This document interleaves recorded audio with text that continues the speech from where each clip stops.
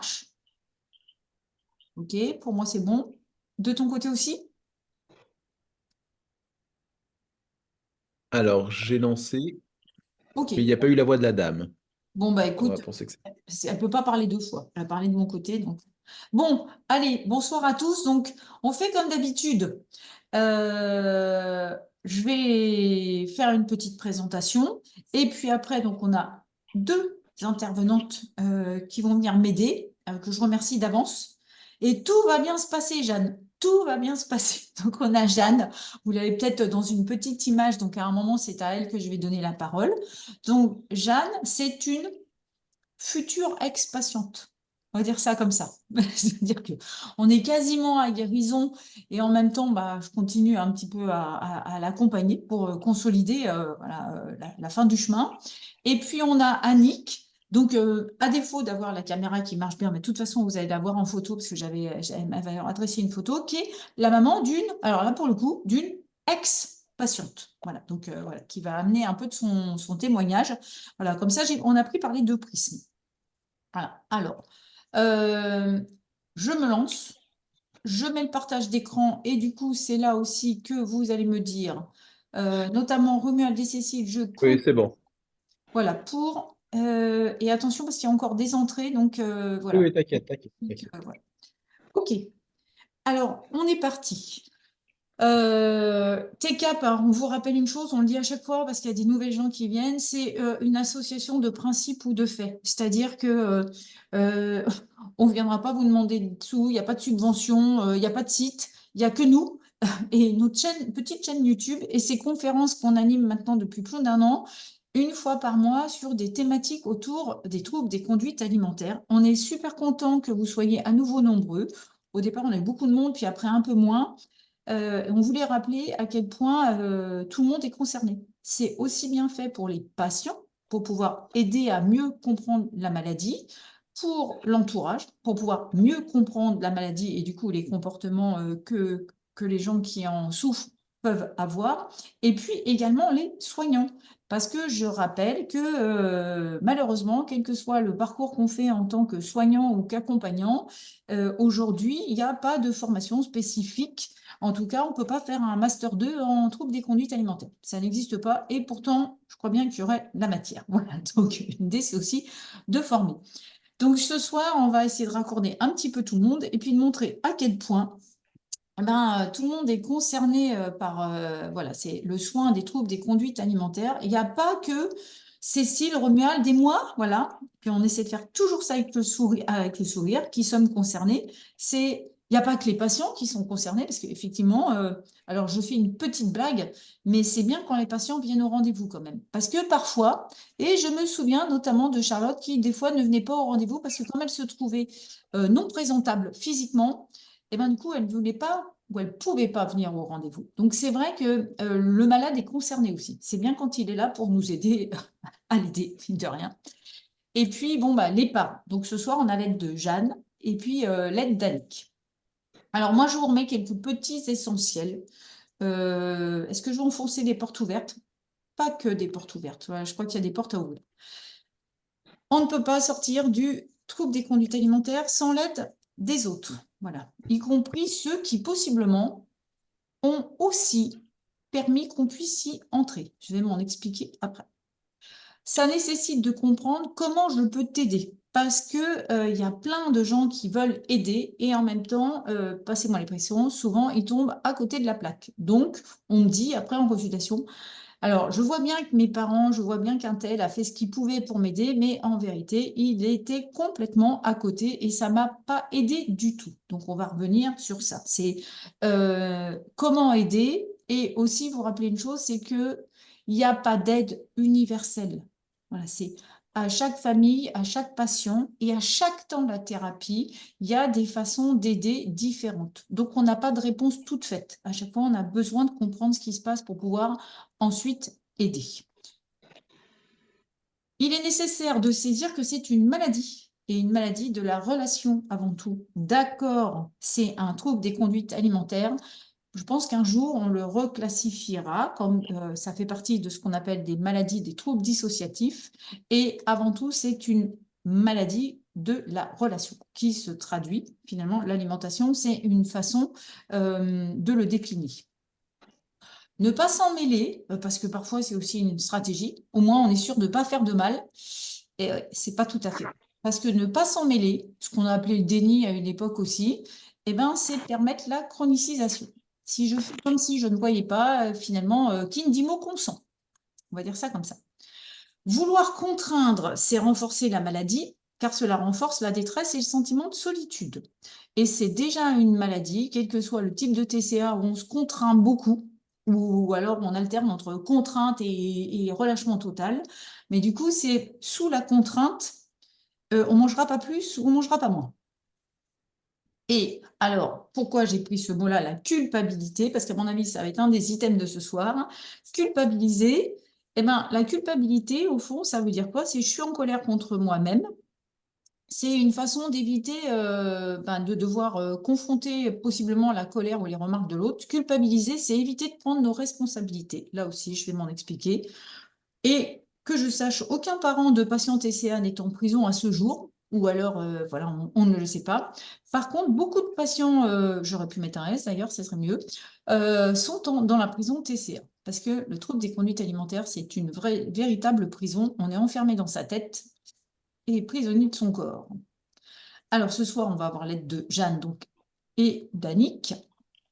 Et je vais, moi, juste présenter une chose, c'est que est-ce un hasard? En tout cas, ça s'est fait comme ça.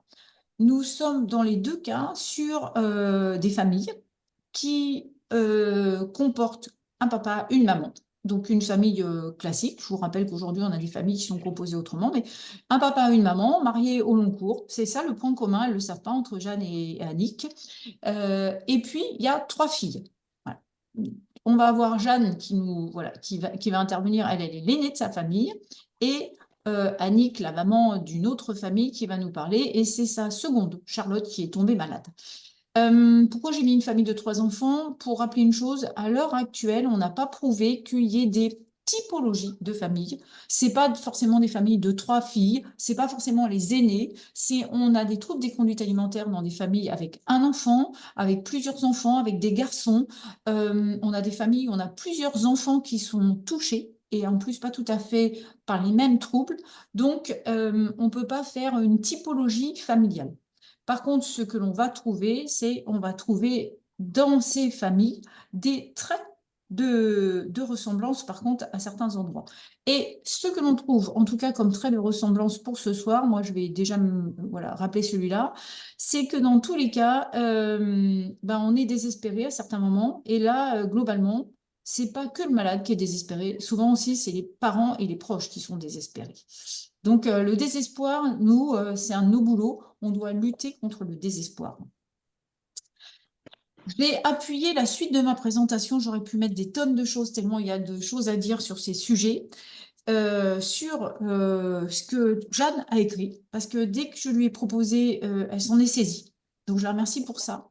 Et puis, du coup, de suite, elle a posé 3 pages de papier où elle a écrit ce qu'elle avait à dire. Donc, elle va vous en parler après. Et du coup, je lui ouvre le chemin. C'est mon travail aussi de l'accompagner. Donc, la place de la famille et des proches dans le soin des troubles des conduites alimentaires. Le mot place, il revient souvent. On a souvent dit que dans le trouble des conduites alimentaires, il y a une difficulté à prendre sa place. Donc, la place, elle se prend.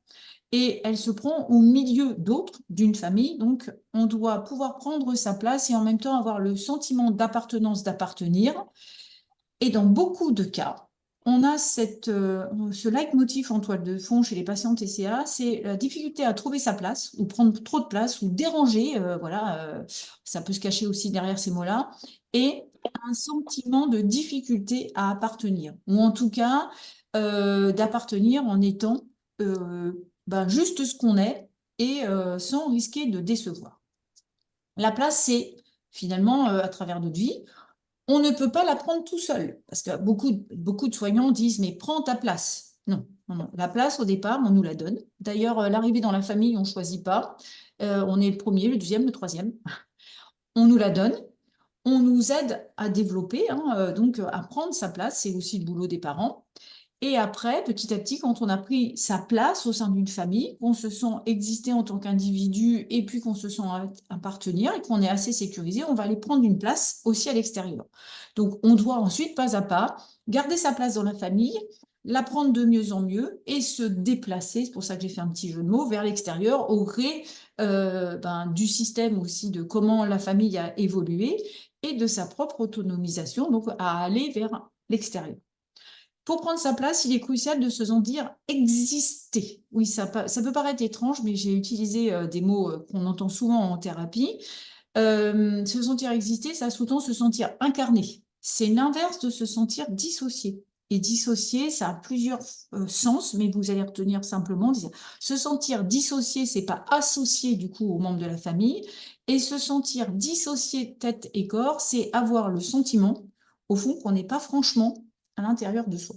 Et ça, la plupart des patients TCA sont capables de dire qu'ils ne se sentent pas vraiment bien, bien dans leur corps, bien incarnés.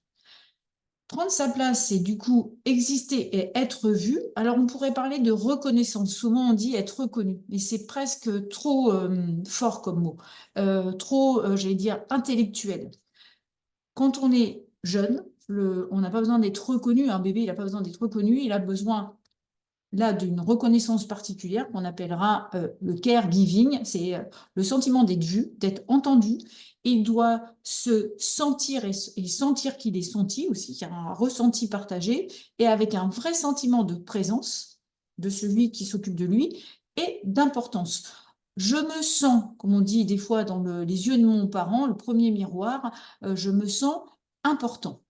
Et derrière ça, on a tout un travail qu'aujourd'hui on comprend un peu mieux, c'est toutes les théories de l'attachement qui nous disent quand tu es tout petit et quand tu grandis, je te regarde, je te vois, je prends soin de toi, je t'apprends petit à petit aussi à prendre soin de toi, je prends plaisir à te voir grandir, à t'aider et à te soutenir au départ, à répondre à tes besoins et ensuite à t'apprendre à répondre à tes besoins.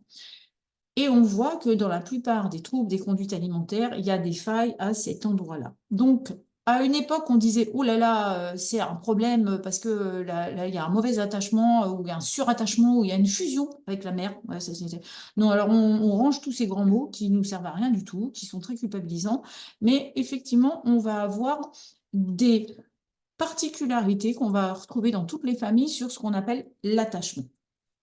Je m'en expliquerai un peu plus après. Alors, s'attacher et aimer, ça ne veut pas tout à fait dire la même chose. Pourquoi je pose ça tout de suite? C'est parce que la plupart des parents aiment leurs enfants. Je vais même dire 99,99% des parents qui aiment leurs enfants. Voilà. Donc, ce n'est pas une question d'amour. C'est une question justement d'être bien attaché. Les parents sont les premiers, ce qu'on appelle les caregivers, ceux qui donnent du soin, ceux qui font attention, ceux qui aident l'enfant à se développer et à se sentir exister. Pour pouvoir aider cet enfant à grandir et se sentir exister, faut-il encore que moi je me sente bien disponible et en capacité de le faire. Or, et je rappelle une chose très importante, on est parents nous aussi, hein, c'est pas facile d'être parent, il n'y a pas de mode opératoire, et que quand des fois on est épuisé parce que ça fait des nuits et des nuits qu'on ne dort pas, notre capacité à être vraiment présent et disponible, elle est réduite, elle est à moins. Donc, pouvoir l'être pour l'enfant, c'est difficile. Les caregivers, finalement, ils vont avoir une façon d'être et d'être en interaction avec le moi, alors le bébé, l'enfant, l'ado, et qui va façonner chez l'enfant, chez l'ado, le sentiment d'être visible, d'être capable, d'être animé, voilà, d'animer une autre face de moi, donc avoir, je sens que j'existe, et en plus, je sens ensuite que moi, je peux animer l'autre en face de moi, et il y a ce sentiment de réciprocité qui donne aussi le sentiment d'appartenance. Donc, à la fois, je me sens exister, mais en plus, je vois que je suis capable de faire exister l'autre et qu'il y a une relation et une interaction entre nous. Donc, l'enfant apprend très vite et c'est un besoin fondamental pour lui de sentir voilà, qu'il a un impact relationnel. Cela va façonner le sentiment voilà, d'être en interaction et va façonner aussi ce qu'on appelle le SA, le système d'attachement. C'est la façon d'être en relation avec les autres, notamment en cas de stress, et ça définit des types d'attachement sécures ou insécures. Je vous ai mis quelques bouquins à la fin, c'est pas ma conférence de ce soir, j'y reviendrai, mais ça sous-tend quoi? La façon dont les premiers donneurs de soins, donc souvent les parents, on va prendre soin et on va être en relation avec le petit, ça va façonner sa future façon d'interagir avec les autres. Donc, est-ce que les parents sont coupables? Non. Par contre, ils sont responsables puisque c'est à nos côtés que nos enfants façonnent ce qu'on appelle le MIO, le moi interne opérant, qui va entrer en relation avec les autres et avec lui-même au long cours. Donc, nous sommes responsables. Un suffisamment bon caregiver, d'ailleurs j'ai mis deux S, deux F, enfin oui, si, ça, je pense que je l'ai bien écrit, je suis en train de me poser la question. Ça nourrit, évidemment, ça donne à manger à son enfant, bien évidemment, mais ça nourrit avant tout de tendresse, de sourire et d'un état d'être. Je suis heureux de m'occuper de toi. Je prends un vrai plaisir à m'occuper de toi. Et un caregiver tout seul, une maman ou un papa tout seul, bon là, ils sont très souriants, ceux que j'ai mis sur les photos, mais au bout d'un temps, des fois, c'est fatigué. Donc c'est pour ça aussi que c'est hyper important que les caregivers, les parents, soient relayés. C'est aussi le propos de tout le travail de Boris Cyrulnik et des 1000 jours hein, et des maisons qui sont faites aujourd'hui pour aider les parents à être disponibles, souriants, même quand ils doivent donner un biberon à 3 heures du matin, voilà, pour que le bébé, lui, il sente aussi qu'on a plaisir à prendre soin de lui. Et contrairement à ce qu'on a dit pendant très longtemps, pour plusieurs raisons que j'évoquerai pas là ce soir, mais on disait qu'un bébé, moi je me souviens, on disait que les bébés, c'est des ventres, donc il fallait les langer, les nourrir, puis les reposer. Ce que l'on sait aujourd'hui, c'est que le bébé, le besoin fondamental et primordial, c'est pas la nourriture, c'est la relation. La preuve, c'est les travaux qui avaient été menés dans certains hôpitaux, et ce qu'on appelle l'hospitalisme. Il y a des bébés qui ont été laissés dans des hôpitaux, dans des hospices, plutôt dans les pays en guerre, auxquels on donnait à manger, et en même temps qui, petit à petit, s'appauvrissait, devenaient complètement inertes, complètement apathiques. Alors peut-être que physiquement, ils étaient vivants, mais psychologiquement et psychosocialement, ils étaient morts. Et on décrit même ce qu'on appelle du nanisme affectif. On peut bien nourrir un enfant si on ne lui donne pas ce qui est tellement important, des mots doux, de la tendresse, des sourires et de la relation, il va s'appauvrir. Un bon caregiver, c'est quelqu'un plein de présence et conscient de ses incompétences. Ce que je disais, c'est que on a beau vouloir être de bons parents, de toute façon, on va se planter. Un, parce qu'il n'y a pas de mode opératoire. Et deux, parce que quand tu n'as pas dormi pendant plusieurs nuits et que tu sais pas, bébé t'explique pas pourquoi il pleure, tu peux pas toujours avoir le sourire. Donc, un parent, avant même, on n'est même pas encore en train de parler de tout des conduites alimentaires, ça doit accepter aussi ses incompétences, ses insuffisances, c'est imparfait et heureux, j'espère, et ça doit apprendre à se faire aider. Plus on apprendra à se faire aider dans les premières étapes de vie, moins on aura d'impact au long cours. Aujourd'hui, il y a des études qui prouvent que si on prend bien soin des enfants, notamment pendant les 2 premières années de vie, on a bien moins d'états dépressifs, d'addiction à l'arrivée à l'âge adulte. Alors, j'apporte quelques autres dimensions. Et encore une fois, hein, vous pourrez poser des questions après. Là, je vous pose des éléments pour que vous puissiez réfléchir et introduire ce que Jeanne va nous expliquer ensuite. L'humain est bâti pour faire face au stress. Alors, normalement, on vous a appris les 3 F. Il peut fuir, il peut combattre, il peut s'inhiber. Donc, fight, fly, fight. Ça doit être à peu près ça. Freeze. Merci, merci, merci Romu. Voilà. Non, parce que les humains, on est façonnés de telle sorte qu'on a quelque part ce qu'on appelle un système nerveux autonome plus fort que le cerveau. Et on a aussi donc un système d'engagement social facial qui est actif dès qu'on est tout bébé. D'un point de vue neurophysiologique, on est câblé pour aller chercher le visage de l'autre. Et on a même des neurones miroirs qui font aussi qu'on va chercher de l'aide. Donc, on n'est pas contraint face à un stress d'avoir que 3 réponses, on en a une 4e. Et une 4e, c'est aller chercher de l'aide. Naturellement, le visage du nourrisson et le petit est enclin à aller chercher de l'aide. Et finalement, si le parent accepte de lui donner de l'aide, tout va bien se passer. Être grand, être autonome, ça n'est pas se débrouiller tout seul. Le grand mot, je l'ai remis ici, on a déjà fait une conférence, j'ai fait un petit rappel, c'est la confiance en soi, parce qu'on dit que les patients TCA souffrent du manque de confiance en eux, mais la confiance en soi, c'est quoi? C'est être capable d'aller chercher de l'aide. Donc, les parents, des bons caregivers, eux aussi, vont montrer qu'ils savent aller chercher de l'aide, qu'ils sont imparfaits, ils en sont conscients et ils vont aller chercher de l'aide. On avait fait une conférence sur la confiance en soi. Pareil, vous pourrez la retrouver sur la chaîne. C'est pour ça que je reprenais quelques aspects. C'est la confiance en soi. Mais au fond, le sentiment de pouvoir être en relation, sécurisé face aux autres, ça ne s'improvise pas. C'est pas inné. Le bébé va le développer au contact, pareil, des adultes qui l'entourent. Ensuite, ça va se développer, mais ça s'abîme parfois. Ça peut être dégradé par d'autres rencontres. C'est pour ça que le rôle du parent, il est là quand on est petit, mais on doit accompagner au long cours et on doit être des soutiens à l'autonomisation et on doit régulièrement venir encourager nos enfants, les aider, les accompagner. Et notamment quand ils sont malades. Un enfant, s'il a une maladie grave, la plupart du temps, qu'est-ce qui vient à l'idée des parents? Je vais t'aider. C'est étrange que dans le cas des TCA, il ne se passe pas toujours la même chose. La confiance en soi, ça se renforce, ça se détériore. Et les parents, nous, on est là pour aider toute une vie. Et en prenant des petites marches. Allez, je vous ai embêté un petit peu.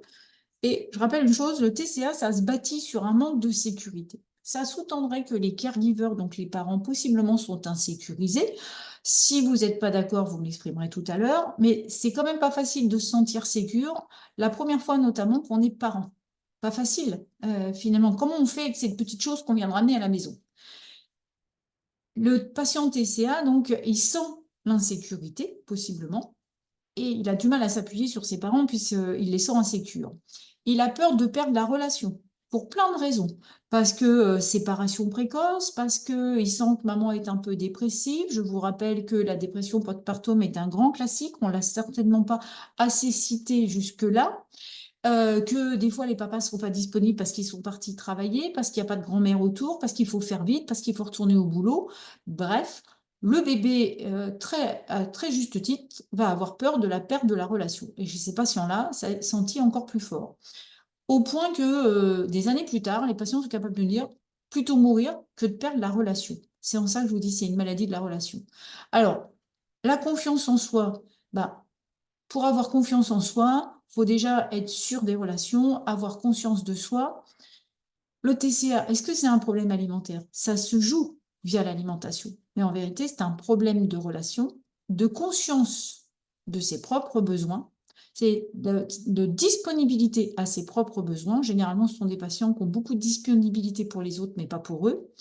Et une illusion que si jamais notre corps est refaçonné, qu'on le contrôle et qu'il plaît, peut-être que cela ira mieux. Donc, finalement, on s'attaque à soi plutôt que de risquer de perdre la relation, risquer de décevoir. Et l'alimentation, c'est un moyen de resculpter le corps. Par contre, ça abîme. Et si l'objectif, c'est d'exister et de faire exister la relation, de ne pas avoir à choisir entre soi et l'autre, le fait est qu'à certains moments, ça représente une solution. Beaucoup de nos patients sont gratifiés au départ quand ils ont des changements alimentaires, parce qu'ils mangent moins, parce qu'ils mangent mieux, parce qu'ils mangent plus. Euh, et en même temps, on introduit quelque chose de néfaste. Donc, l'alimentation ne doit pas être un objet de tractation dans la relation, et ça, on doit l'apprendre dès tout petit. Donc, on a beaucoup de choses à remanier, y compris les bonbons récompenses, par exemple. Heureusement, on est en train d'évoluer là-dessus. Le TCA, c'est exister sans trop se différencier pour pas décevoir, c'est appartenir, parce que la relation, ma famille, c'est plus important que d'être moi, mais en même temps, je voudrais être moi malgré tout. Ne pas décevoir, c'est une équation terrible qui pense trouver une réponse à un moment donné dans le contrôle de soi. Et finalement, au lieu de récupérer finalement de la sollicitude et de l'aide alors qu'on est coincé dans une équation insoluble, la plupart du temps, on prend à nouveau des reproches et il y a quelque chose qui se met en tension. Tout l'inverse de ce qu'on a besoin. Je vous rappelle une citation: «N'avoir pas confiance en son corps, c'est n'avoir pas confiance en soi-même», et là, ça me permettrait d'introduire une notion. Les troubles des conduites alimentaires peuvent se développer majoritairement à l'adolescence et ou après des changements, corporels assez importants, suite à une maladie, suite à une prise de médicaments, suite à une grossesse. Parce que d'un seul coup, mon corps change, je ne l'ai pas maîtrisé, je perds confiance en lui, je perds confiance en moi et du coup, je vais me déséquilibrer. Si j'ai personne pour me rattraper, alors possiblement le TCA va s'enclencher. Mais il n'y a pas qu'à l'adolescence que ça se joue. La place de la famille et des proches, c'est quoi? Eh ben, c'est faire sentir qu'on est important et qu'on peut être différent et différencié. C'est donner l'exemple d'un point de vue alimentaire, corporel, relationnel. Ce sont des familles où majoritairement on manque de communication. C'est expliquer son fort intérieur, mais pas être fort. C'est qu'est-ce qui se passe à l'intérieur de moi. C'est des familles où on doit apprendre à se faire aider, montrer que l'aide et l'imperfection sont notre lot d'humain. C'est être un bon parent, c'est montrer qu'on est imparfait et qu'on va chercher de l'aide. Et montrer aussi combien les besoins sont cruciaux et ça se tend pour pouvoir prendre en charge les besoins d'un enfant et les siens propres, de prendre le temps d'être disponible, de montrer voilà comment on prend soin de soi, parce que, alors j'ai oublié encore un S là, se montrer faillible et adaptable. Un parent qui dit ne fume pas et qui fume, ça ne marche pas. La place de la famille et des proches, là je vous ai mis quelques lectures, on reviendra, on fera un sujet sur l'attachement spécifiquement. Il y a des bouquins qui sont très bien aujourd'hui, qui expliquent justement, c'est si on a été soi-même mal attaché quand on était petit, et nous sommes des générations un peu mal attachées parce que sous couvert d'éducation, on nous a un petit peu expliqué qu'il fallait pas s'écouter, qu'il fallait absolument finir son assiette même quand on n'avait pas faim et que possiblement un bébé, ça ne souffrait pas, et que le plus important, c'était de le nourrir, c'était pas de le cajoler. Donc on a beaucoup à rattraper et derrière, bah, si vous avez envie de lire, je vous ai mis, quelques ouvrages de référence. Alors maintenant, je vais te donner la place à Jeanne, comme ça tu vas pouvoir illustrer enfin, mon introduction. J'ai pris quelques extraits de ton texte qui resteront là, mais le plus important, c'est que toi, tu puisses parler. Alors, je ne sais pas, je vais arrêter le partage, j'y reviendrai après. Si on peut te voir en grand, mais je te laisse la parole. OK, bon, bah, déjà, je voulais juste remercier Angélique, Cécile et Romuald pour, l'organisation de cette conférence et puis pour m'avoir, proposé d'intervenir. Donc, j'ai jamais fait ça, du coup, si jamais, je parle pas bien, je suis désolée. Du coup, c'était, pour, ouais, reparler un petit peu de mes parents et puis de leur place dans le soin de mon TCA. Donc ils ont été, bah, très présents dès le début, c'est ma mère qui est venue me voir pour me proposer de commencer un soin par rapport à ça. Donc je pense que s'il n'y avait pas eu cette première intervention de la part de ma mère, ça aurait probablement pris encore plus de temps pour que moi je réalise que j'étais vraiment malade et que c'était pas juste un régime qui partait un petit peu trop loin. Et donc dans tous les cas, mes parents, ils ont jamais, baissé les bras pour m'aider et ça, c'est quelque chose que je pourrais jamais être assez reconnaissante envers eux par rapport à ça. Après, ça veut pas dire qu'ils ont forcément toujours tout fait bien et il y a beaucoup de choses qui auraient pu mieux se passer, s'ils avaient réussi à être un peu plus ouverts, donc c'est un peu de ça dont j'aimerais parler.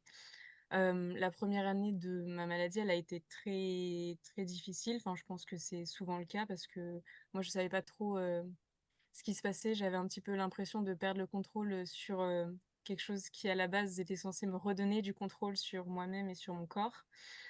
Et mes parents étaient également très perdus. On a mis énormément de temps à trouver des soignants, en fait, qui étaient un petit peu spécialisés. Donc on a un petit peu, tourné entre les hôpitaux publics, des psychologues, des infirmières, des nutritionnistes, qui me disaient tous des choses, très différentes et qui correspondaient pas du tout à mon vécu. Donc ça a été une première année de lutte pour trouver des soignants, de lutte envers moi-même et de lutte avec mes parents, en fait, au sein de la famille parce que forcément, la maladie, elle n'engendrait pas une ambiance familiale, excellente ni très agréable. Donc en fait, c'était vraiment un état de stress, et de tension constante au niveau de la famille.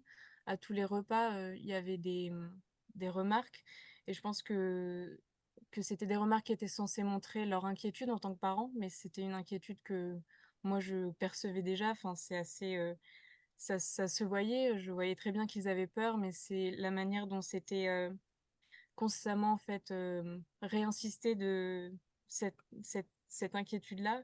Ils me la faisaient comprendre dans tous leurs gestes, dans tous leurs regards, dans tout leur comportement en fait autour de moi et ça faisait que rajouter finalement une couche en fait sur, une culpabilité qu'on ressent déjà. On est déjà enfin moi j'étais déjà très au courant en fait que je que ma maladie dégradait, toute ma famille et il y avait pas forcément besoin de me le dire, en plus.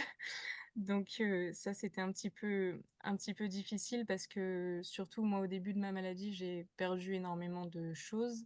J'ai perdu mes amis, ma sociabilité, globalement un peu tout ce qui faisait, que je me sentais bien dans la vie et quand on est un peu en train de perdre tous ces repères, qu'on est en lutte à l'intérieur de soi-même parce qu'on essaye de survivre tant bien que mal, à certains moments, on a l'impression de faire, enfin moi j'avais l'impression de faire énormément d'efforts justement pour réussir à quand même manger et participer au repas et qu'ensuite, nos parents sont, ben, comment dire? Très culpabilisateurs parce que je mangeais pas ce qu'ils pensaient être un repas, normal, ce qui est un repas normal, mais ce qui était pour moi à ce moment-là, en fait, impossible à manger. C'était un petit peu difficile parce que j'étais en fait, au bout des efforts que je pouvais faire et j'avais l'impression que c'était jamais suffisant à leurs yeux. Et il me faisait comprendre que, l'expression de ma souffrance était en fait trop difficile à entendre, pour eux. Du coup, au bout d'un moment, ça fait que, moi, je prenais la responsabilité de ma souffrance sur mes propres épaules pour les protéger, parce qu'ils n'étaient pas capables d'entendre, en fait, ce qui se passait pour de vrai, dans ma tête, ce qui se passait pour de vrai, dans mon corps et et ça, c'était assez difficile parce qu'ils ne voyaient pas la réalité de ce que je vivais et gardaient seulement leur perception des choses, heu, ce qui n'était pas, très facile pour dialoguer à ce niveau-là. Il y a eu des épisodes où j'ai compris qu'on avait vraiment enfin, que ça allait être vraiment difficile de communiquer sur certaines choses. Moi, je me forçais à faire du sport, énormément pour, me donner le droit de m'alimenter et plusieurs fois, mon père est venu, me crier dessus pendant que je faisais mon sport en me disant que j'allais crever. Donc globalement, c'était, pas facile parce que ça, pour moi, faire du sport, c'était une stratégie pour, réussir à manger, en fait, pour me donner la possibilité de manger. Du coup, si on me contraint à ne pas faire ce qui me permet de manger, c'est comme si, bah, du coup, c'est pas possible de manger, en fait. Enfin, ça m'enlève ce droit que je me donne. Je pense que c'est pas facile à comprendre, mais c'est vraiment comme ça que ça fonctionnait dans ma tête et également, je pense aussi, c'est la vision qu'ils peuvent avoir en tant que parents de voir, le corps de leur, fille, se dégrader. Ils avaient une enfin, ils ont toujours un petit peu une sorte de grosse focalisation sur, le corps et pas sur moi, en fait. Donc au début, mes parents, ils me disaient énormément, que même si je le voulais pas, ils allaient sauver mon corps et ça, c'est également très difficile parce que, déjà, en tant que personne anorexique, on se réduit à notre corps. Donc c'est-à-dire que moi, je considérais pas que j'avais le droit de vivre si je prenais, 1 gramme et mes parents me disaient globalement que c'était que mon corps qui était important également.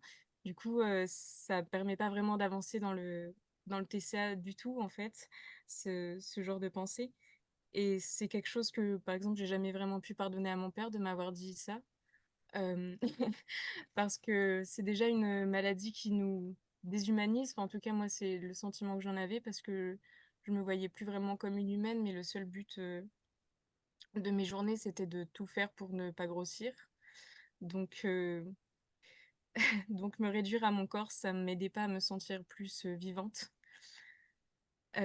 Et je sais que c'est compliqué d'être une personne malade dans une famille parce qu'on déroge à tout ce qui est normal, en fait, à tout ce qui est ordinaire. Enfin, c'est-à-dire que je pouvais plus manger, je sais pas, de raclette, de pizza, enfin tout ce qui se partage, en fait, en tant que famille et du coup, ça fait une particularité à laquelle il faut soit donner de l'attention, mais pas sans trop en donner, sinon on prend trop de place, mais ne pas faire comme si elle n'existait pas, sinon on a l'impression d'être inexistante. Donc je pense que c'est un équilibre qui est un petit peu difficile à trouver et mais ce qu'il faut comprendre, je pense quand même, c'est que enfin moi en tout cas, ce que j'essaie de faire en mangeant, c'était de réussir à allier autant que possible, mon envie de faire que tout se passe bien dans la famille, donc de réussir à partager le repas autant que je pouvais et en même temps de concéder en fait, une partie à la maladie, c'est-à-dire, bah, ne pas manger certaines choses, mais essayer d'en manger d'autres quand même,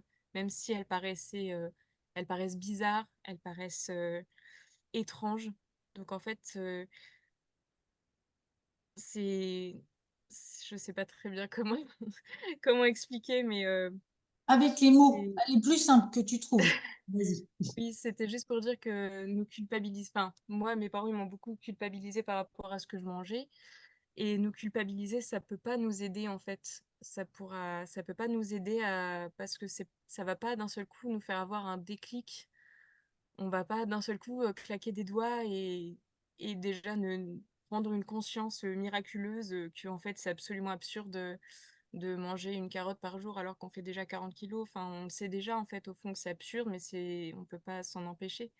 Donc ça sert à rien de nous culpabiliser parce qu'on se sent responsable de sa souffrance par rapport à ses parents et en tant qu'enfant, en tant que jeune adulte, en fait, c'est des choses qui sont difficiles et hem et je trouve ça vraiment, vraiment compliqué, parce que mes parents, ils ont été, très présents pendant mon TCA. Ils ont été très présents. C'est eux qui m'ont baladée entre beaucoup de thérapeutes, comme je l'ai dit et qui m'ont aidée à trouver Angélique, qui est la personne qui m'a, je pense, certainement le plus aidée dans mon chemin, vers la guérison. Et ça, c'est quelque chose, de très important étant donné qu'Angélique, elle habitait à l'époque à environ 4 heures et demie de route de chez nous. Donc c'est-à-dire que mes parents, ils m'emmenaient, tous les mois faire, des séances, à 4 heures et demie de chez nous. Ça nous prenait toute la journée. On a fait également des séances de thérapie familiale qui ont été très dures pour mes parents étant donné qu'ils avaient beaucoup de mal en fait à questionner, certains de leurs comportements, à questionner certaines de leurs paroles et la plupart du temps, quand on sortait des séances de thérapie familiale, dans la voiture, ils étaient un petit peu énervés, voilà, pour dire les choses. Donc globalement, dans la voiture, après, ils me faisaient que de me dire: «Ah, on fait pas 4 heures de route juste pour qu'on nous fasse la morale», ce genre de choses, plutôt qu'essayer de réfléchir au fait que peut-être certains comportements pouvaient être améliorés pour améliorer un petit peu la situation au sein de la famille. Hem donc ça, c'est quelque chose qu'ils ont toujours eu du mal à faire et je pense qu'en même temps, c'est normal.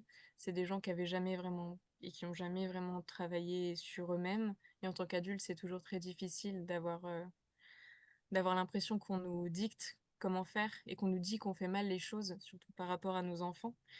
Ils ont eu l'impression d'être des mauvais parents, je pense, en entendant ce genre de choses, ce qui n'est jamais facile et je pense pas qu'ils sont des mauvais parents, mais juste on leur a jamais vraiment appris à se comporter autrement ni à plus communiquer avec moi. Hem, Aujourd'hui, j'avais envie de parler de ça parce que j'ai une petite sœur de 13 ans et elle m'appelle régulièrement parce que je suis un petit peu sa confidente et en fait, en entendant ce qu'elle me raconte, je me rends compte que mes parents, ils ont jamais changé leur manière, de se comporter en tant que parents.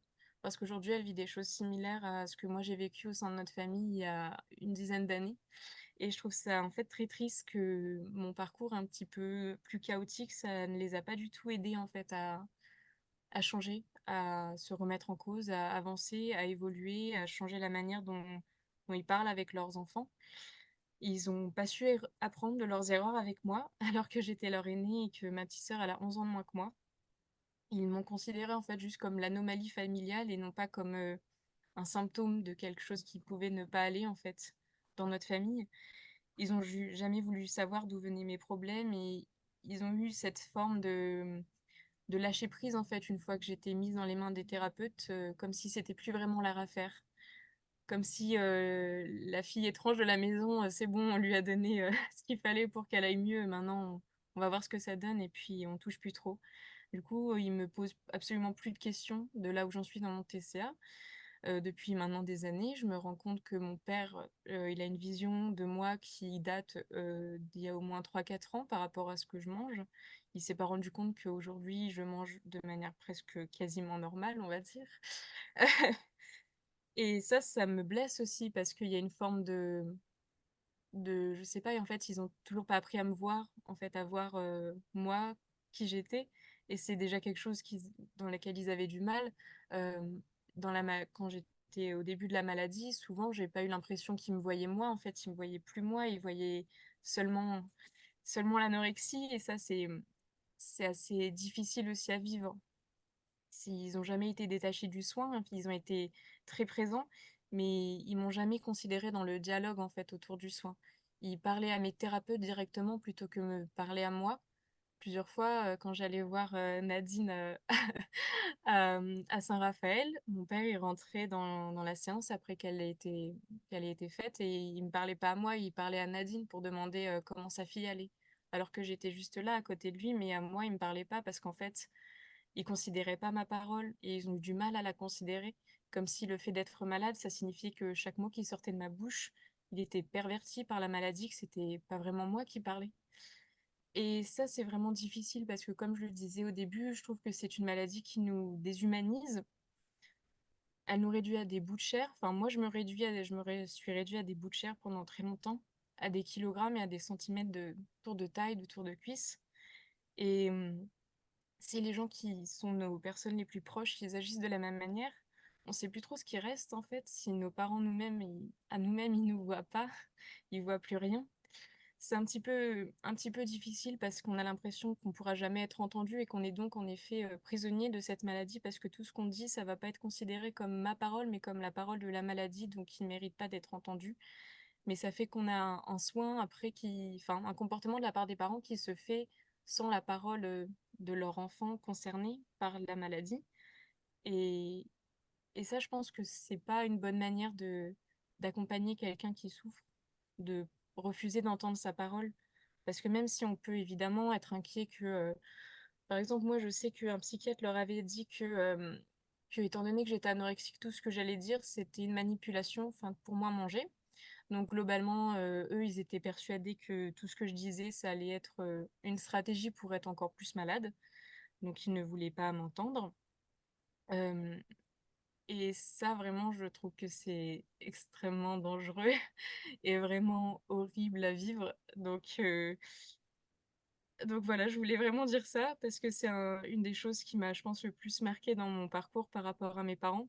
Le fait qu'ils aient jamais réussi à entendre ce dont moi j'avais besoin, en fait. Même si c'est sûr qu'il y a certains moments où moi-même je savais pas vraiment ce dont j'avais besoin, mais en fait, c'est important de pouvoir en parler ensemble de ce dont moi j'ai besoin et ce que eux ils peuvent faire. Oui, Et, et surtout de ce travail d'essayer de me voir en tant que personne et de pas voir la maladie. Ce qui, je pense, peut être difficile, surtout à certains stades de la maladie. Si on est très maigre, ça peut être difficile de pas tiquer en nous regardant, de pas faire un regard étrange, inquiet face à un corps qui peut être dérangeant, inhabituel, qui fait mal, un corps qui peut être dur, mais c'est nous aussi on le sent ce corps en fait. Enfin, c'est pas juste pour vous qu'il est désagréable, c'est désagréable d'avoir un corps qui est très maigre pour nous, et donc c'est pour ça je pense que les parents, en tout cas, enfin les proches en général, devraient, je sais pas, mais réussir à essayer de voir au-delà de ce corps qui peut mettre mal à l'aise pour nous donner un amour qu'on peut pas se donner en fait, une chaleur qu'on ressent pas, porter sur nous un regard qu'on peut pas se qu'on peut pas se porter en fait. Enfin moi, pendant très longtemps, je pouvais pas regarder mon corps dans un miroir, j'éteignais la lumière quand je me douchais, tellement j'étais incapable de me regarder, et donc avoir un regard de gens qu'on aime sur nous et sur notre corps différent, ça c'est des choses je pense qui peuvent vraiment aider dans le soin. Et oui. en fait, c'est comme ça que j'ai réussi aussi à avancer dans la guérison, c'est en rencontrant des gens qui me regardaient pas comme une étrangeté, comme une anomalie, comme quelque chose qui fait peur. Des gens qui faisaient appel aussi aux choses qui faisaient que j'étais humaine et vivante et pas juste malade. Et voilà, c'est ça que je voulais dire. Globalement, c'était nous regarder comme, enfin, nous regarder comme des personnes et comme des êtres humains, parce que c'est ça qu'on est quand même, qu'on reste, même au moment les pires de la maladie.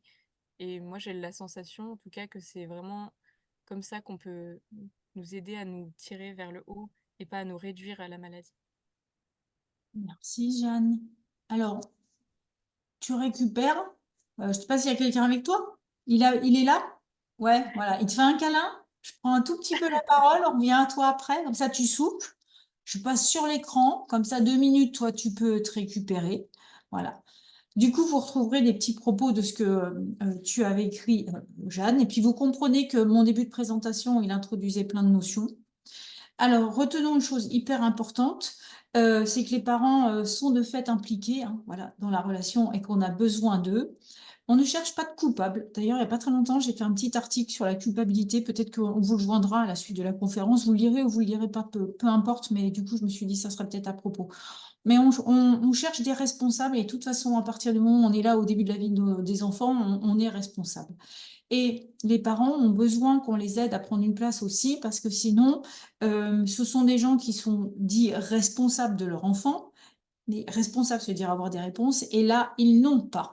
Voilà, malheureusement, de réponses à donner. Donc, ils peuvent s'énerver, ils peuvent avoir de mauvaises réactions, bah, comme Jeanne le décrivait, malgré tout l'amour que ses parents ont pour elle. Et du coup, entre le sentiment d'impuissance et toute puissance, ça fait une grande cacophonie. Premier besoin d'un humain, Jeanne Boulardi, c'est la relation. Le trouble des conduites alimentaires, c'est cette maladie de la relation. Et elle vous l'a dit, on a besoin qu'on nous regarde comme des humains. Et du coup, on a besoin de... C'est une maladie qui est individuelle et systémique à la fois, donc on a besoin de faire ensemble et on a besoin que les soignants dont je fais partie, même si des fois le papa de Jeanne, il était en colère après nos séances, mais il revenait, donc j'ai évalué que ça pouvait bien se passer quand même. Voilà, malgré tout, on s'aime bien, voilà. Et ben, on a besoin nous aussi d'aider les parents. Alors maintenant, on va écouter Annick. Alors Annick, c'est une maman. Et bon, comme nous toutes, des fois, elle s'est pris la tête sur l'alimentation avec ses petits, certainement. Elle essaie de consoler ses filles. Elle en a 3, ça n'a pas toujours été facile. Elle a eu besoin qu'on lui fasse des câlins de temps en temps, voilà aussi, qu'on la réchauffe. Et elle a toujours été là. Elle a fait partie du parcours de soins. C'est pour ça que, voilà, que c'est important. Donc, c'est une curiosité, une maman qui a fait partie du parcours de soins. Donc, eh ben, comme tu avais écrit des mots, mais que tu es là, Annick, eh ben, c'est beaucoup mieux que tu puisses le dire. Donc, il y a Annick et moi, parce que du coup, on est devenus complices à certains moments, au service de Charlotte, qui maintenant, Charlotte, elle a un bébé, donc elle va...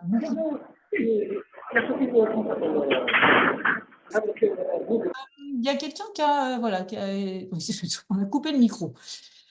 Annick, où es-tu? Je te cherche sur l'écran. Voilà.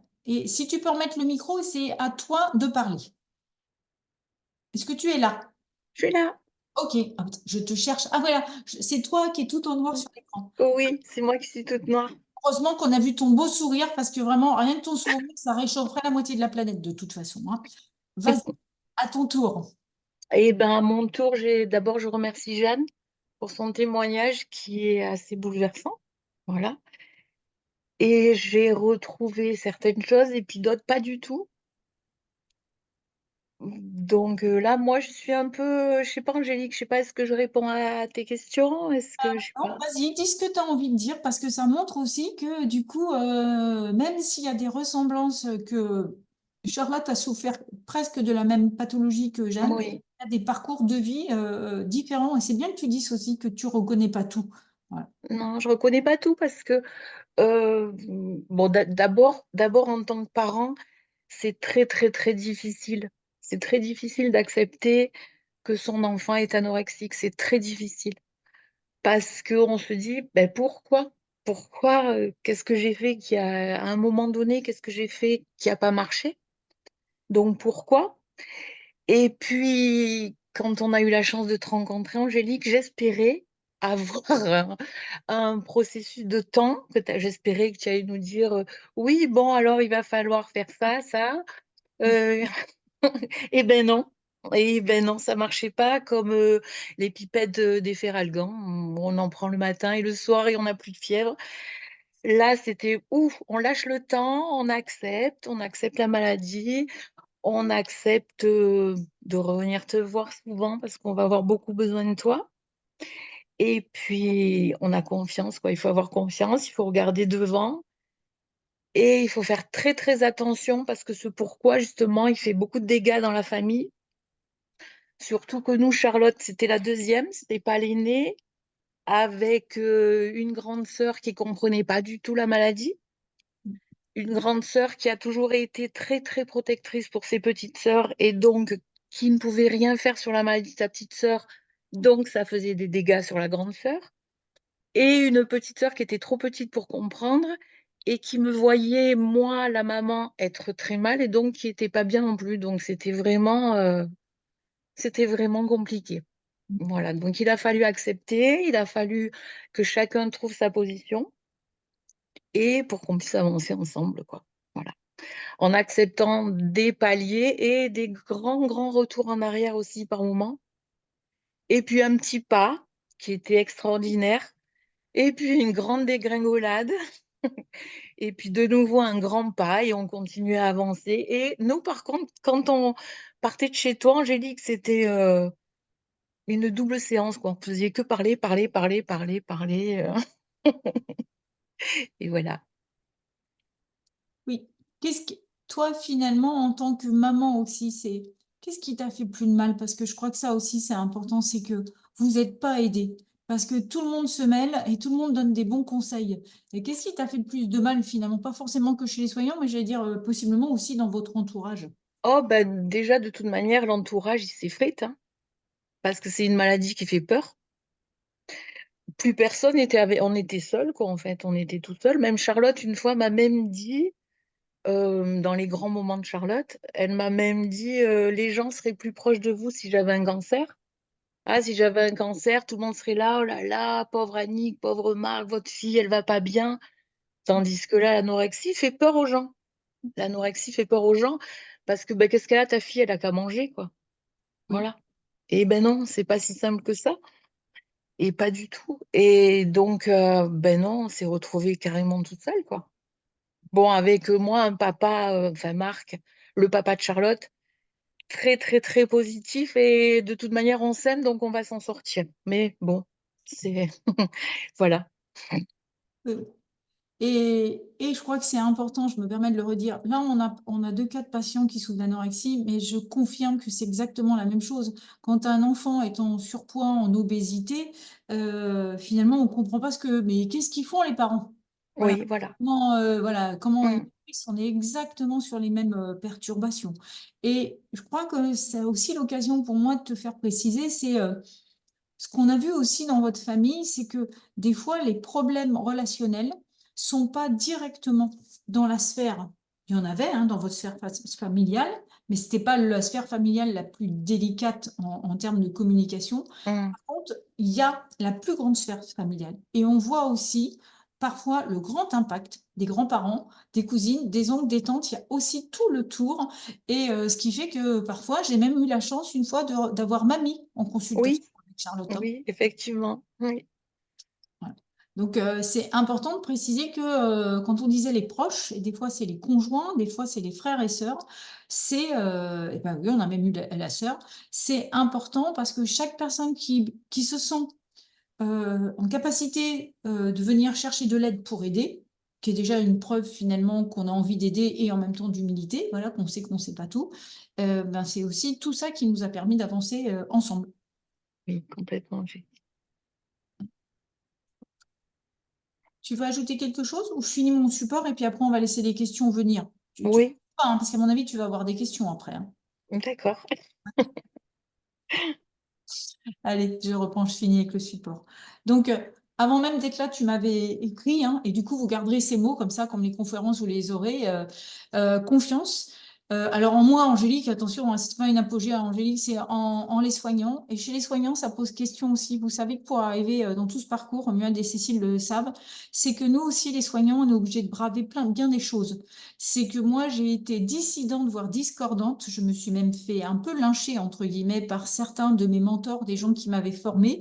Parce que pendant très longtemps, on disait ou tu fais la thérapie individuelle, ou tu fais la thérapie systémique, mais c'est pas les deux en même temps. Je vous rappelle aussi qu'on fait encore des thérapeutiques où on isole le patient, voilà, et où on tient les parents ou l'entourage à distance. Donc, il m'a fallu aller chercher dans d'autres approches, parce que globalement, je suis pas si kamikaze que ça. J'ai une éthique et je tiens à travailler correctement. Et c'est aussi en travaillant sur ce qu'on appelle les traumas complexes, les difficultés systémiques, que j'ai pu aller rechercher des outils et valider le fait que nous avions absolument besoin des parents, parce que même si au fond, parfois le parent a fait du mal sans le vouloir, le frère ou la sœur également, ou l'entourage, du coup, on va lui donner les moyens aussi de s'en rendre compte et de réparer. Parce que toute une vie, on a cette capacité, et même de s'excuser, hein, c'est ce qui arrive aussi parfois, et ça fait des très beaux moments. Et le thérapeute, au fond, lui, il doit être le médiateur et le facilitateur. Voilà. À une époque, on faisait en sorte que le patient, finalement, il rompe le lien avec ses parents, où ils sont en colère, où il se crée des parents symboliques, finalement, plutôt que ses propres parents. Désormais, il faut s'affranchir de ce style thérapeutique. C'est quand on appartient à une famille, justement, si on traverse une maladie, si t'es pas un TCA, en général, ça peut permettre aussi de se ressouder. Bon, quelquefois, ça dessoude, mais souvent, ça ressoude.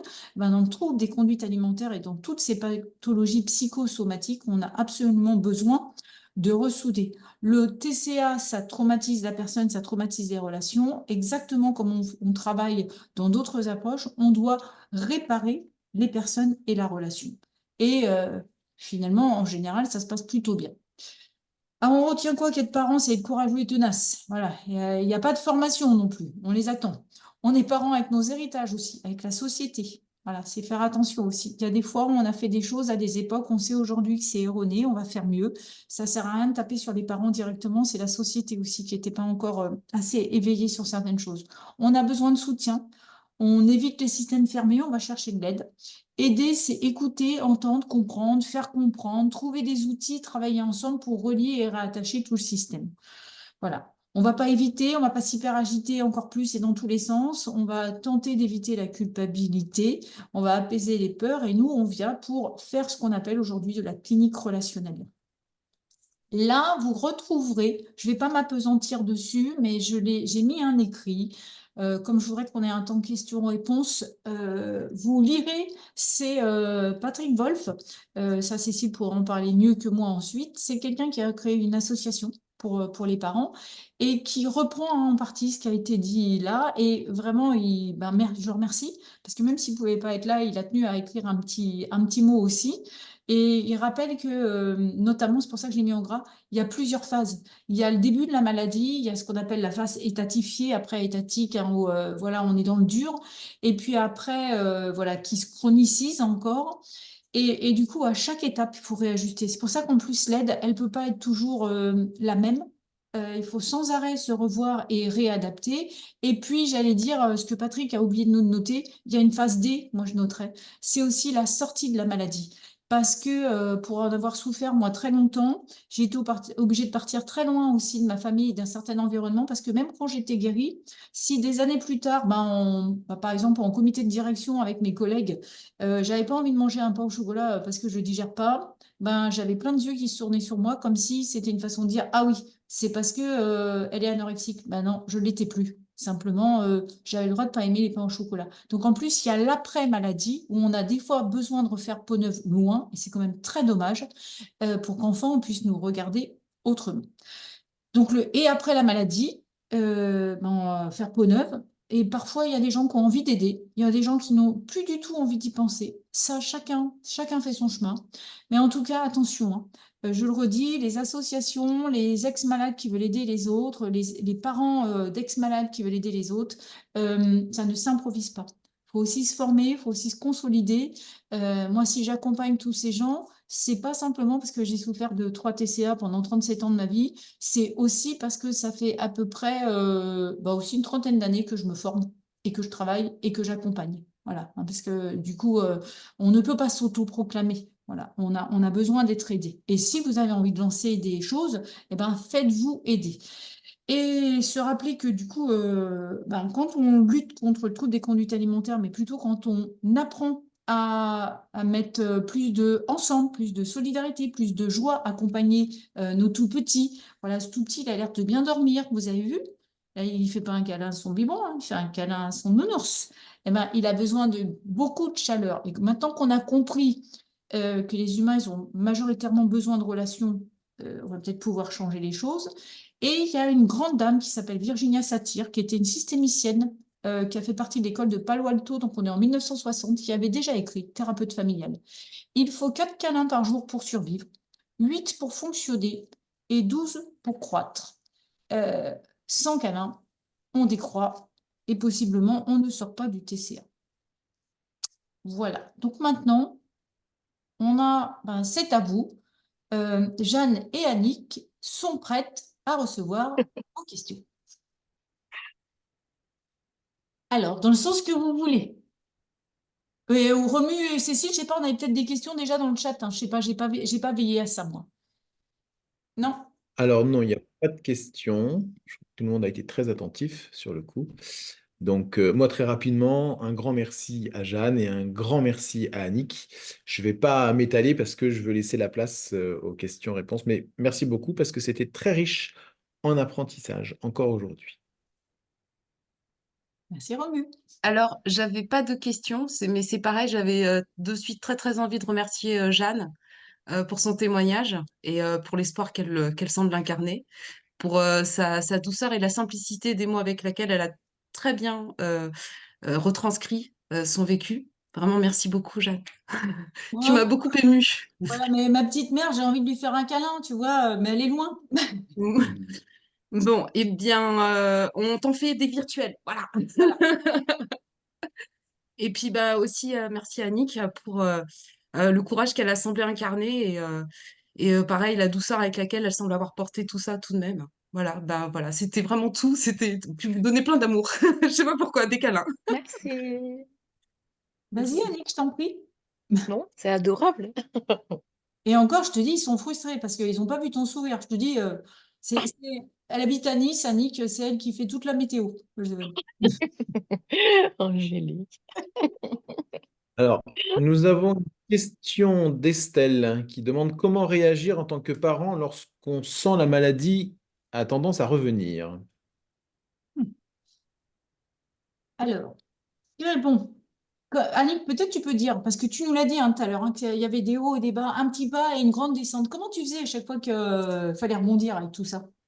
Et ben, là, on avait compris qu'il fallait vraiment se faire aider et que donc quand il y avait un bas, eh ben, il fallait voir le côté physiologique, qu'est-ce qui allait pas du côté physiologique, parce qu'il faut pas l'oublier aussi. Et puis, vite, Angélique, est-ce qu'on peut venir, quoi? On avait besoin de te voir. Déjà, on te voyait régulièrement, avec des rendez-vous fixes pris à l'avance.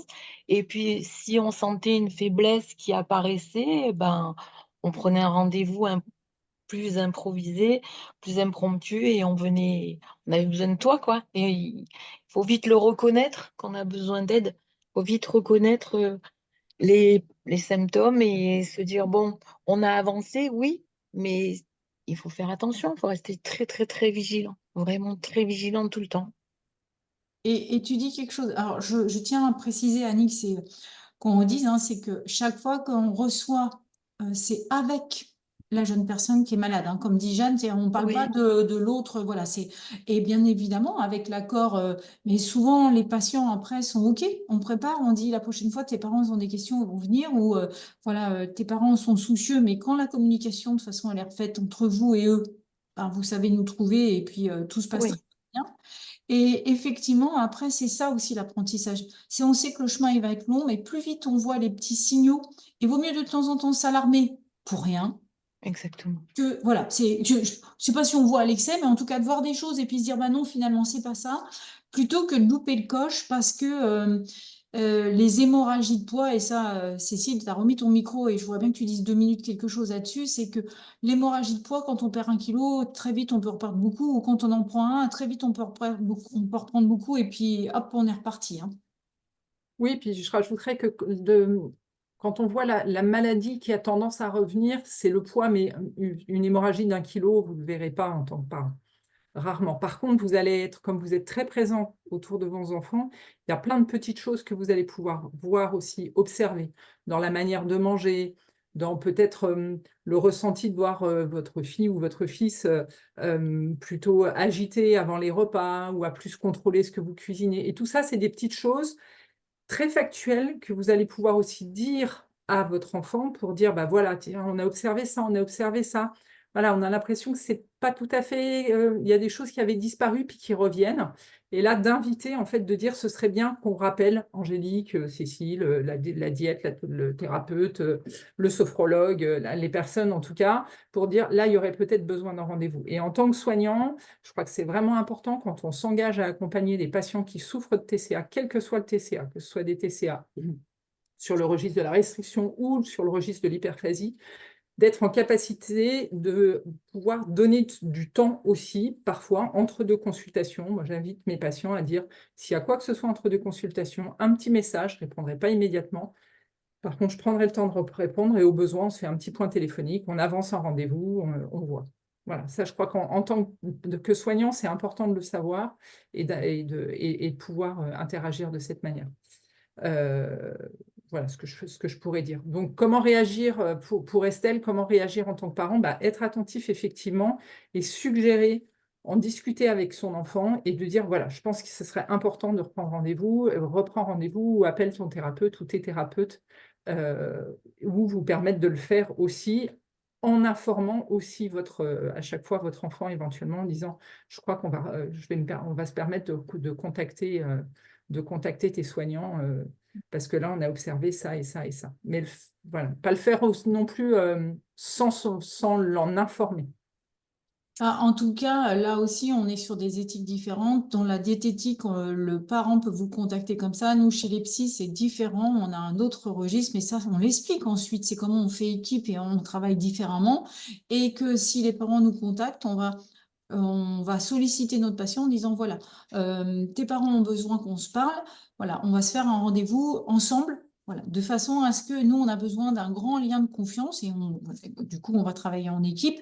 Donc, on ne reçoit pas les doléances, entre guillemets, des parents entre deux, mais on le fait en équipe. Et ça, chacun, après, on a nos disciplines métiers qui nous obligent et qui nous contraignent. Simplement, le mot générique, c'est on prend le système. Le système, de toute façon, il est là toujours dans nos têtes avec nous. Je crois qu'il y avait une question Oui, dans le chat. Valentine qui pose la question, pouvez-vous nous en dire plus sur la place des conjoints quand on souffre de TCA à l'âge où la famille que l'on voit au quotidien, c'est le conjoint? Eh bien, j'allais dire un conjoint, voilà, ça s'appelle comme ça. Parce que du coup, ils peuvent, si je m'arrête là et qu'il est devant, eh ben voilà, ça fait à peu près ce que je viens de dire.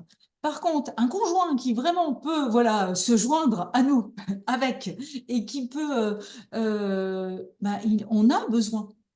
Les conjoints et même les enfants, hein, quand on est dans la famille qu'on a créée, on a besoin de travailler en équipe. Et le grand dada d'une époque, surtout en psycho, c'était de dire, bon, c'est toi qui as le problème, toi qui as la solution, non. Et même si le problème vient de la génération d'avant, eh ben, on va travailler en équipe parce que le problème, si on laisse dans la nouvelle famille, on va le retrouver sur la génération suivante. Les troubles des conduites alimentaires, on sait, comme d'autres troubles dissociatifs, qu'il faut 2 générations pour les éradiquer. Donc attention, quand on soigne une génération, voilà, il faut veiller sur les 2 suivantes. C'est comme ça s'appelle des maladies chroniques. Et du coup, si le conjoint en question, il veut garder sa conjointe ou son conjoint inversement en bonne santé et donner lieu à une famille qui va être en bonne santé, eh ben, on va faire ensemble. Pour le meilleur et pour le pire, on le disait à une époque. Et là aussi, en tant que soignant, proposer au conjoint de venir. Si vous êtes OK, Valentine, si tu es OK pour que ton conjoint participe, vienne s'informer, parce que souvent les conjoints peuvent dire, je ne sais pas trop ce qu'il faut dire. Est-ce qu'il Bah, faut, est-ce qu'il faut dire, est-ce qu'il faut insister pour qu'on mange la même chose, est-ce qu'il faut insister est-ce qu'il faut pas acheter pour éviter de vider les placards, et ça, on discutait, travailler, comme tu me dis, Angélique, avec le système et travailler ensemble. on rejoue dans nos familles et avec nos conjoints, justement, les relations les plus affectives et on rejoue les déficits relationnels et du coup, ce qui va se passer dans l'assiette va se répéter sur la génération suivante. Dorothée, tu as une question, puis après, il y a encore une question dans le chat. Ouais. Coucou tout le monde.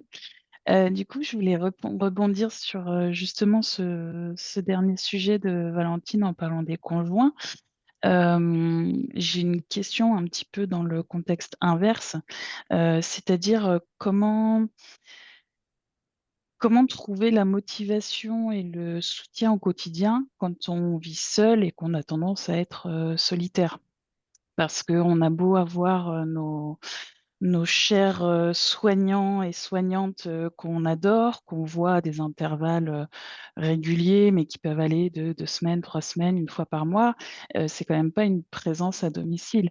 Et dans ces cas-là, vous, en tant que professionnel de santé, que ce soit mentale ou physique, qu'est-ce que vous recommandez ou conseillez pour trouver aussi ce support pour les personnes qui sont plus solitaires et qui vivent seules, en fait? Je sais, c'est pas un sujet simple, hein, mais Dorothée, tu es exactement, pardon, je tutoie parce que quand je suis en oui, conférence, oui, pas de souci. c'est justement, c'est une maladie de la relation. Et que du coup, manger tout seul, pardon, je vais dire c'est chiant, voilà, et c'est pas engageant. Et que dans ces cas-là, ça fait partie d'ailleurs du premier boulot, c'est pour sortir d'un TCA, une des premières choses, c'est on va faire le check de qui on a comme relation et quelles sont les relations porteuses, celles qui peuvent porter préjudice par maladresse.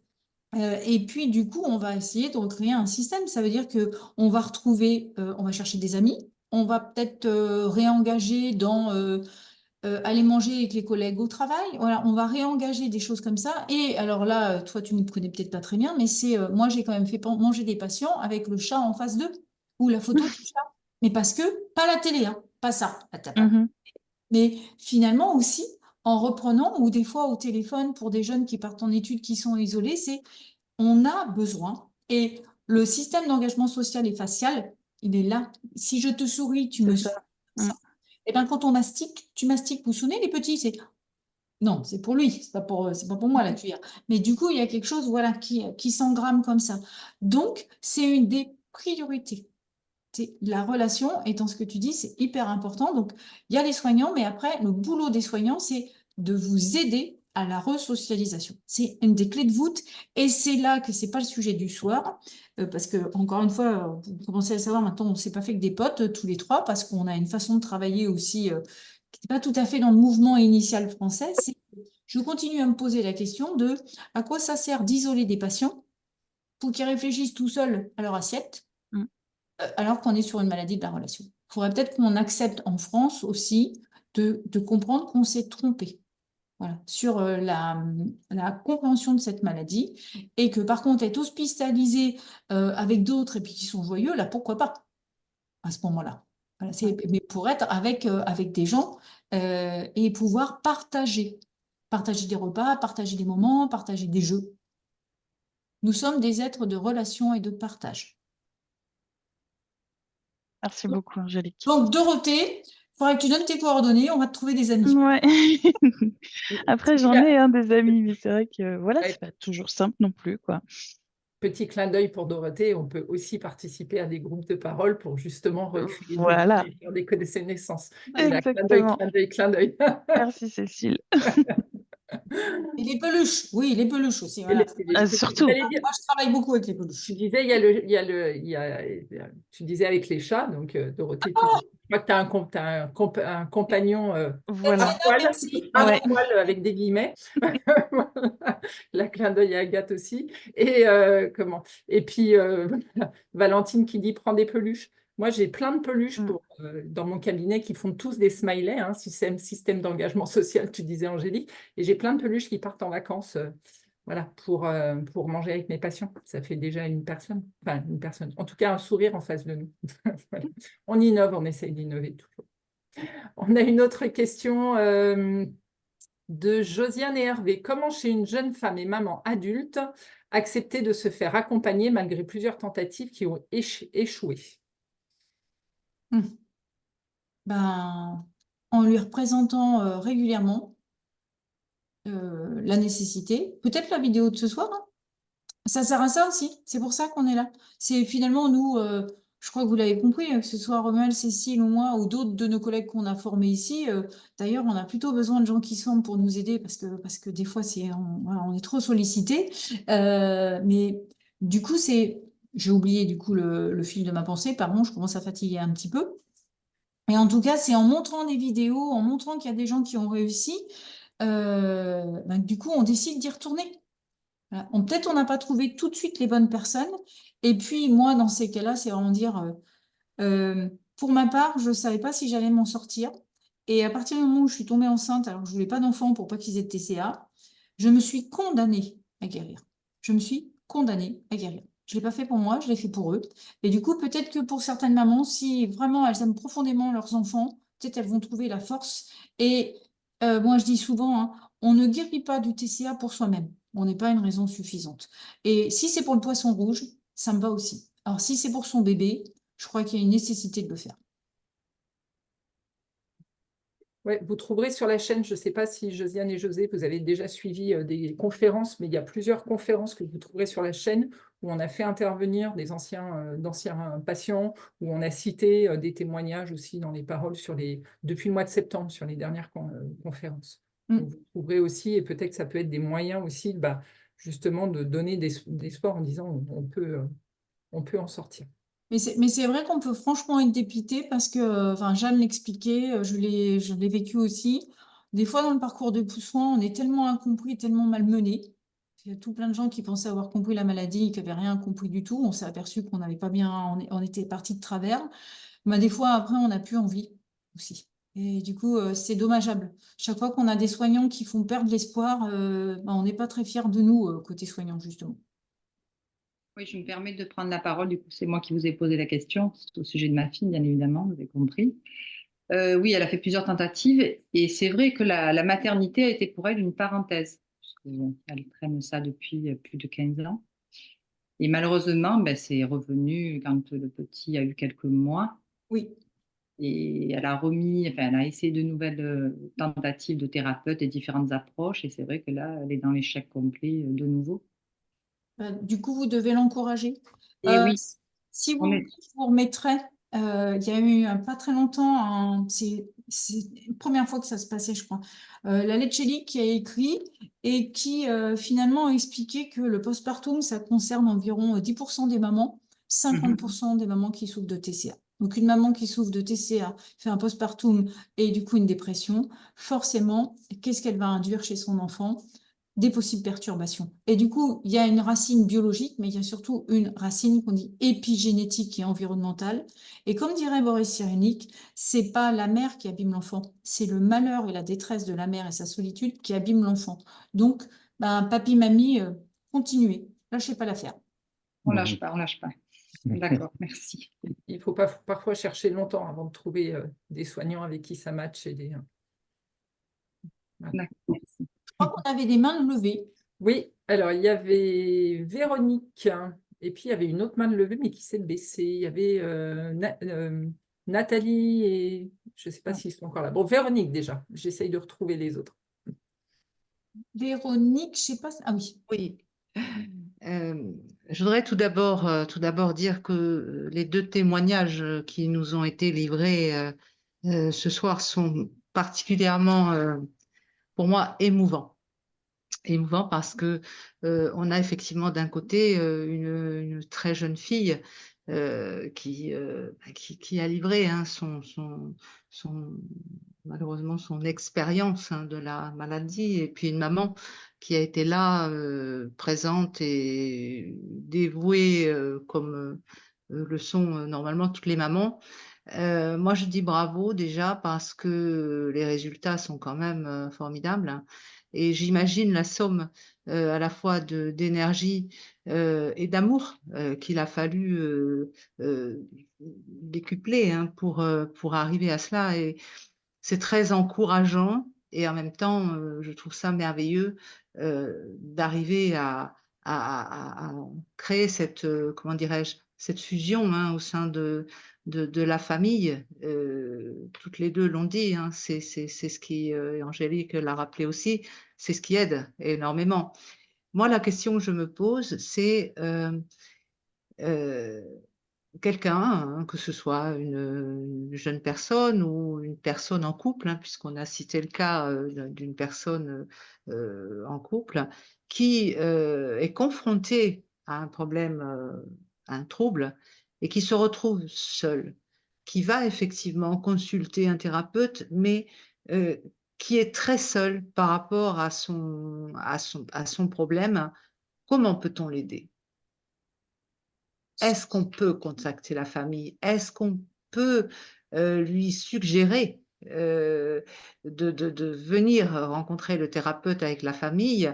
Les proches effectivement, sont très importants, sont même déterminants certainement, hein, dans la réussite, du comment dirais-je? De la thérapie. Mais, on l'a dit d'ailleurs, en début de conférence, il y a une part de déni, parfois, il y a une part de peur de la part des proches qui vont s'éloigner, non pas par désintérêt, hein, forcément, mais qui vont, au bout du compte, laisser, la personne, confrontée à ces troubles seule. Et ça, je trouve que c'est inquiétant. C'est ce qui me préoccupe, moi, par rapport à ça. Bah, c'est vraiment, en tout cas, dans ce que je comprends, c'est que parfois, aussi, je vais le dire autrement, c'est est-ce qu'on a le droit de se mêler? Entre guillemets. Excusez-moi, j'ai plus de caméra. Ça vient, ça repart, alors je suis navrée, c'est Mais pas que c'est j'ai pas coupé la grave, on caméra. on a entendu. C'est est-ce qu'on a le droit de se mêler? Il faut trouver le moment pertinent. Mais en tout cas, semer des graines, même si elles sont pas reprises, ça coûte rien. Si on sème pas de graines, il n'y a rien qui poussera. C'est ça. Et comme bah, tu le disais à juste titre, la peur, mais du coup, depuis enfin, des générations, de toute façon, quand on a peur, il y a ceux qui fuient. Tout à fait. Il y a ceux qui luttent, mais il y a déjà ceux qui, effectivement, regardent, tendent la main, jusqu'à ce qu'à un moment, bah, l'autre en face puisse accepter cette main. Et justement, c'est pas se lasser et accepter, c'est pas un rejet quand on tend la main et que finalement elle n'est pas prise. C'est juste que c'est pas encore tout à fait le moment. Mais c'est pas grave, je souris et je repasserai un peu plus tard. C'est ça. Effectivement, vous l'avez très justement, dit tout en début de votre intervention. Il faut absolument, arriver à ce que ces troubles soient, vraiment acceptés comme des maladies parce que, heu, je crois que c'est Annick, qui disait que, sa fille, lui avait dit, «Mais, j'aurais un cancer, vous auriez certainement plus de gens autour de vous, qu'en l'état». Mais, effectivement, parce qu'on va dire: «Bah, celui-là, il a de l'embonpoint, c'est un enfant, bah, que font les parents? Pourquoi ils ferment pas les placards?» et cetera. D'autres qui vont avoir un rejet total de toute alimentation. Ben oui, mais les parents n'ont qu'à être un peu plus, et cetera. Je veux dire qu'il y a il y a un gros travail à faire, hein, je pense, sur cet, aspect-là, des troubles, parce qu'effectivement, c'est une maladie. Et moi, j'ai connu, des troubles, mais à l'inverse, c'est-à-dire, hein, par comment dirais-je? Un surpoids, hein, très important, que j'ai réglé. Et lorsque, on fait l'effort, parce que ça demande beaucoup d'efforts, hein, que l'on soit dans le rejet de la nourriture ou dans une absorption un petit peu démesurée.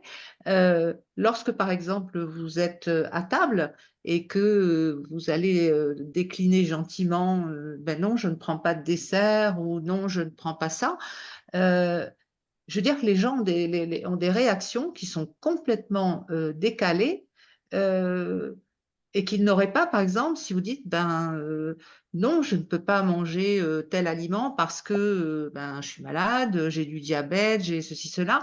On ne va pas insister, alors que quand on est confronté à un problème de comportement alimentaire, de troubles alimentaires, c'est pas perçu comme, enfin, je veux dire, l'attitude que vous allez avoir par rapport à l'alimentation n'est pas du tout comprise comme un traitement.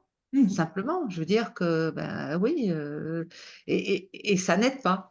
Ça n'aide pas. Il y a un jugement, voilà, c'est ça. Je trouve qu'il y a un jugement qui est trop, comment dirais-je, trop brusque par rapport à ces troubles-là. Je te remercie, Véronique. Je vais limiter le temps. Par contre, il y avait Nathalie qui avait levé la main, puis après, on va clôturer. Mais je rappelle une chose hyper importante. Sous prétexte que c'est une maladie, aujourd'hui, c'est classifié dans les maladies dites mentales. Attention, on C'est s'est un ça. peu vautré, c'est psychosomatique, c'est la C'est tête ça. et le corps, c'est les deux associés, donc il faut les classifier. Mais sous prétexte que c'est une maladie, ça ne sous-tend pas que ce que disait Annick, il n'y a pas de médicaments pour l'instant C'est ça. qui peuvent aider, et justement, ça ne dit pas, c'est aux soignants de tout gérer. C'est une maladie de la relation. Si je pouvais faire aujourd'hui, quand il y a des enfants qui sont 10 quelque chose, qui ont un TDAH, qui ont certains troubles de ce registre-là, ou des enfants qui souffrent de maladies plus sévères, enfin des jeunes adultes qui auraient de la schizophrénie ou d'autres pathologies. Donc on est sur des gradients très différents, mais ce qu'on appelle quand même des troubles dissociatifs. L'entourage se sent concerné. Dans les TCA, c'est parce qu'ils ont été mal classifiés. Du coup, c'est pour ça qu'on rappelle, c'est une maladie qui demande des soignants, c'est sûr, mais c'est aussi une grande maladie de la relation et de la famille, et ça demande que les parents soient impliqués. Au même titre, je vais faire une dernière analogie, que quand un enfant est mauvais élève, à l'heure actuelle, on a la fâcheuse manie de dire c'est la faute du prof ou c'est la faute des parents. C'est de la faute de personne, c'est de la responsabilité de tout le monde. Donc il faut qu'on fasse équipe, absolument. Parfait. Nathalie, tu avais levé la main, puis après on va. Oui, j'avais levé la main et après je me suis dit peut-être que c'était pas une bonne question. Et Vas-y, après, maintenant tu y es. voilà, du coup tu m'as retendu la perche et donc j'y vais. Alors c'était une question, c'était une deux en un. C'était comment, parce que ok, là on vient de parler de la place de l'entourage, de l'importance de l'aspect précieux. Du coup, à ce moment-là, quand même, une fois que ça s'est mis en place, il y a une forme de culpabilité pour le malade, la malade, à sentir qu'elle devient, qu'elle est au centre.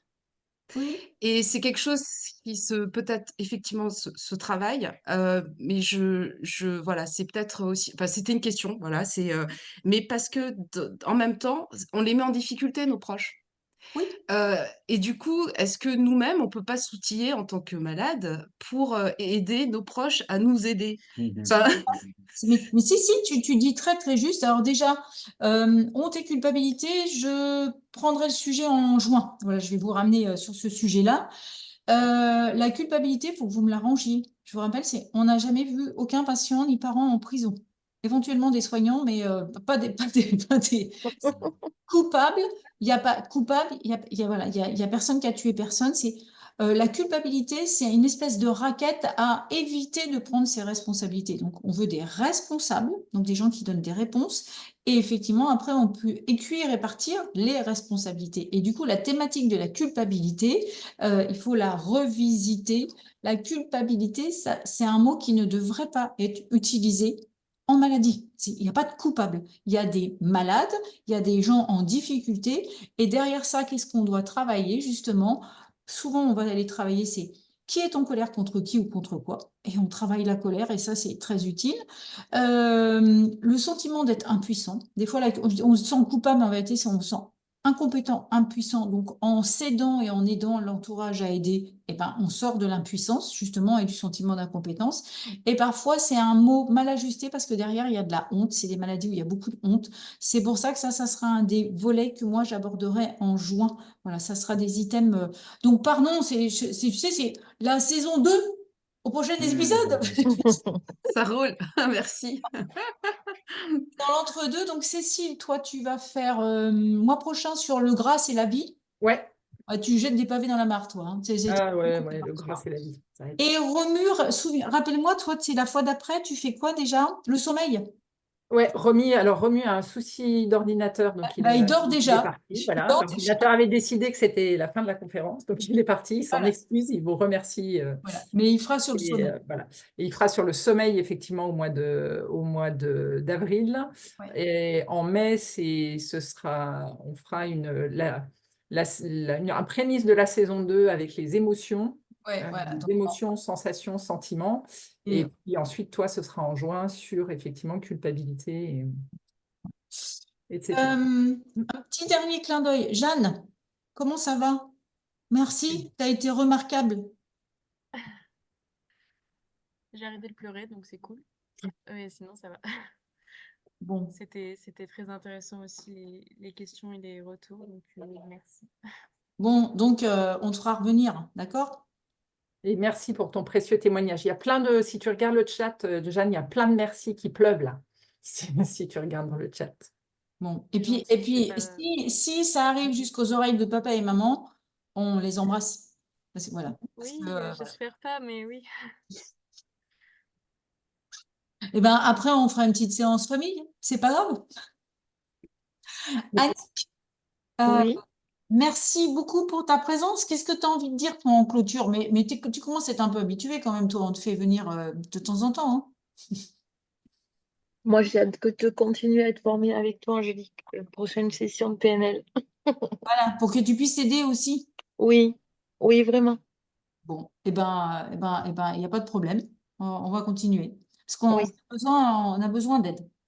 Mais d'être Mais, vraiment bien formé. C'est long et c'est laborieux. Et vous êtes courageux, les parents, quand vous continuez après. Et on est courageux, nous, les patients, quand on continue après aussi. oui. Merci, Angélique. Merci beaucoup, Annick. Eh ben, Cécile, tu as envie de dire quelque chose? Merci à toi, merci à Annick et Jeanne pour vos précieux témoignages. Merci à tous pour votre participation, pour oser poser des questions, parce que ça enrichit beaucoup aussi. S'il y a des sujets qui vous intéressent, d'autres sujets qui vous intéressent, on vous invite à nous mettre des petits mails. Normalement, vous avez notre adresse mail puisque vous êtes inscrit aux conférences. Et voilà, faites-nous des retours aussi ou des sujets que vous souhaiteriez voir abordés. Ce sera avec plaisir. Et on envoie, pour répondre, on envoie le replay à tous les inscrits. Et puis après, on a une espèce de petite chaîne YouTube où les différentes conférences, ben, vous pouvez les retrouver. C'est toujours le même format. Voilà, il y a les bouquins dessus aussi. Et puis les vidéos et livres que conseille Angélique, vous tapez sur Internet et vous allez les trouver. Voilà. Ben, merci beaucoup. Et puis alors, une bonne soirée, puis au plaisir. Alors, bon, puis merci Cécile, hein, parce que normalement, tu es en vacances. Alors, bonnes Ouais. vacances. Merci. Bye bye. Bonsoir à tous.